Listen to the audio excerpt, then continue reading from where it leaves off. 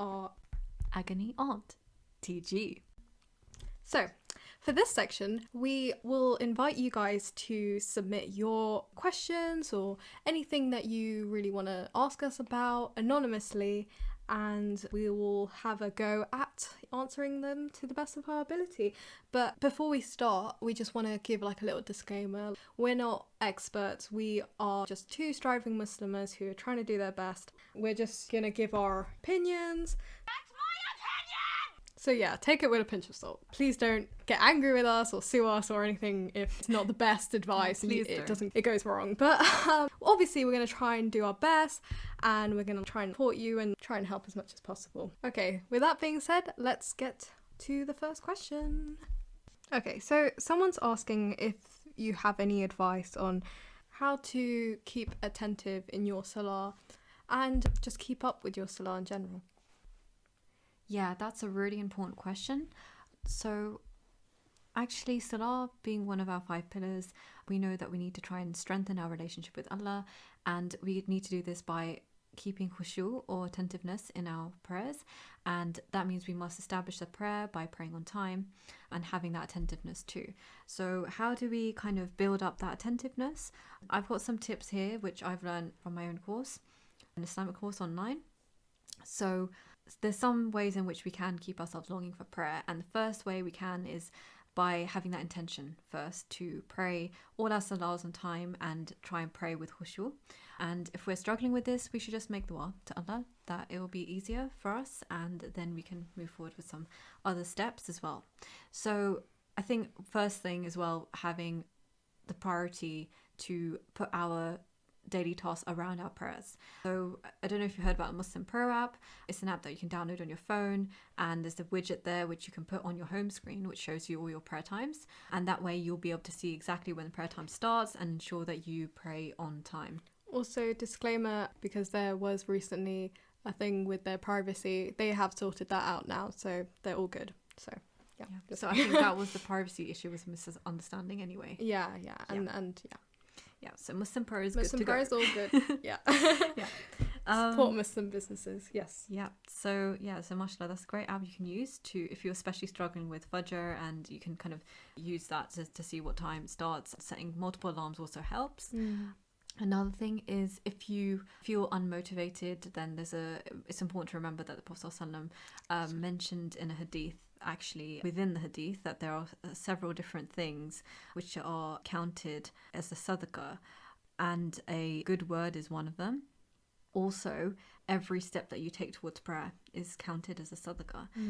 And there are a few other things mentioned in that hadith. You can look that up, as Al-Bukhari and Muslim.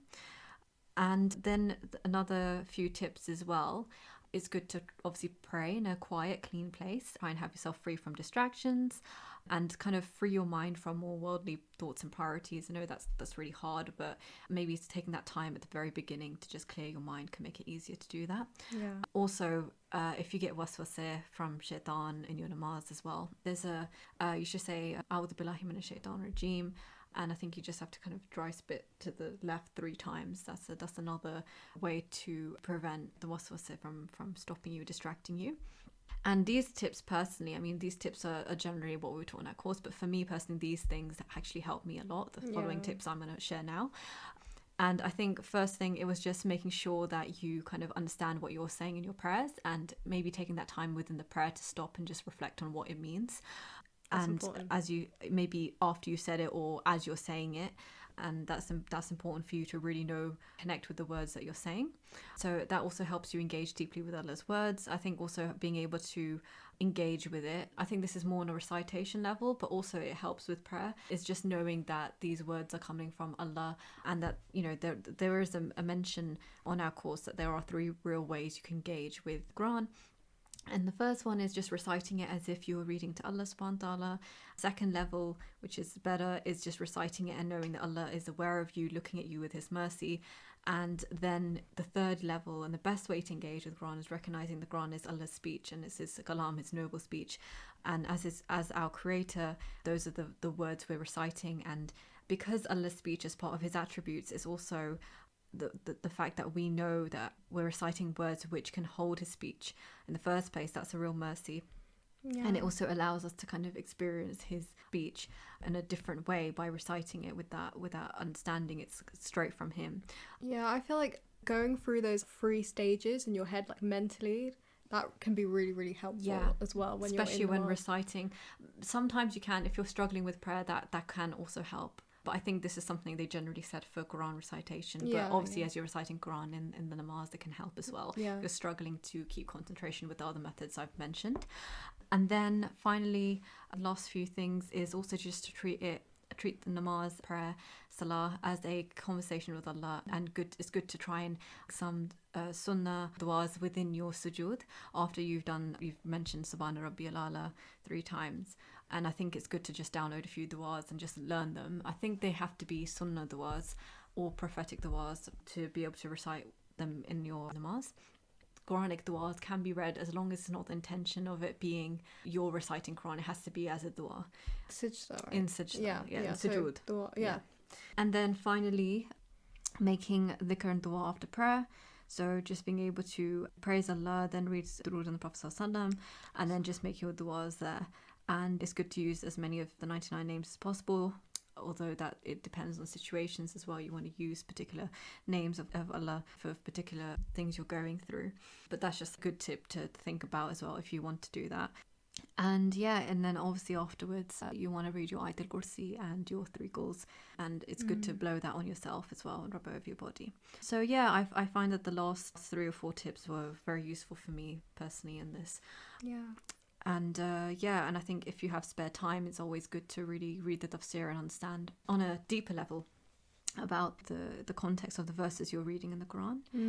And I think also you can check out Free Quran Education.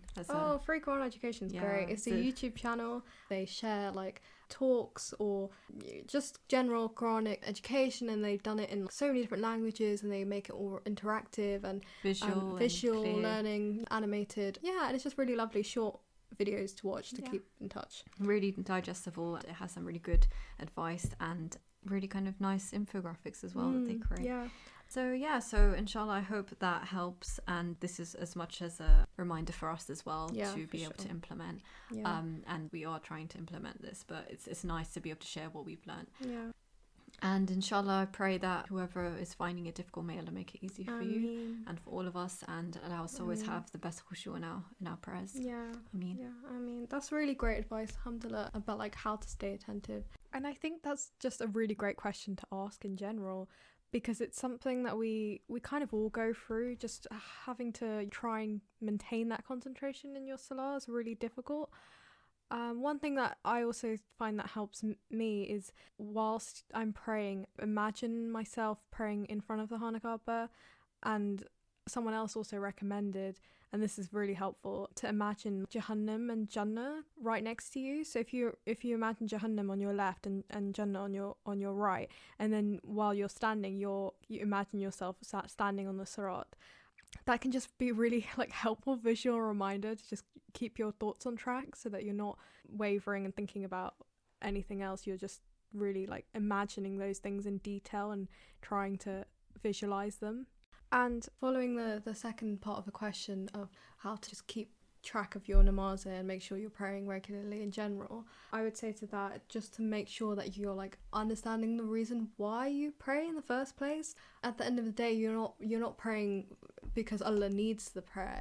Allah doesn't need you to pray, but you need to pray for yourself, so you can earn that reward and have that connection with Allah. There's a reason why we pray 5 times a day. It's not like every week or every month. It's meant to be a regular source of connection and barakah in your life, so you can like really take that time to reflect when you're busy and you're rushing from different things. Like, life can be so chaotic, and sometimes your namaz just seems like a chore, seems like a thing that you just do. But it's just really, really important to just take that time to reflect about, why am I doing this? I'm not just doing this because it's yoga or some exercise, I'm just moving my body. No, I'm doing this because I find it important to worship Allah and to establish that connection with Him on a daily basis. That's why I'm doing it. That's all, folks. We've concluded our Agony Aunty Jee section.